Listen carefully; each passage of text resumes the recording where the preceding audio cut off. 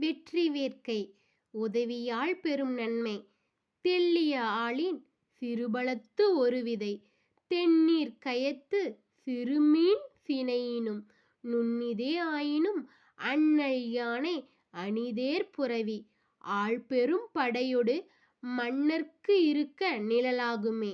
அதிவீரராம பாண்டியர்.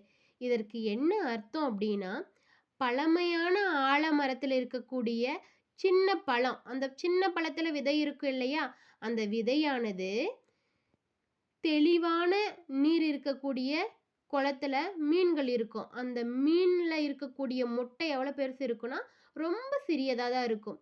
அப்படியேப்பட்ட முட்டையை விட சிறியது தான் அந்த ஆலமரத்தினுடைய விதை.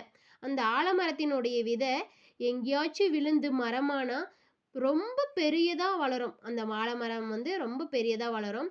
அந்த ஆலமரத்தினுடைய நிழல்ல யானைப்படை, தேர்ப்படை, குதிரைப்படை, காலாட்படை ஆகியவற்றெல்லாம் என்ன பண்ணுமா இருக்குன்னு சொல்றாங்க.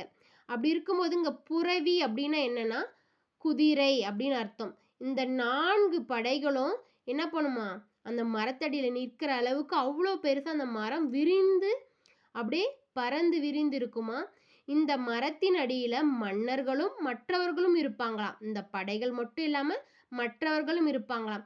அப்படி இருக்கும் பொழுது சிறிய விதை தான் நம்மளுக்கு மிகப்பெரிய அளவு பயனை கொடுக்குது. அது மாதிரி நம்ம செய்த உதவி சிறியதா இருந்தாலும் அதனுடைய பயன் மற்றவர்களுக்கு பெரியதா இருக்கும்னு சொல்லிட்டு சொல்றாங்க. நன்றி.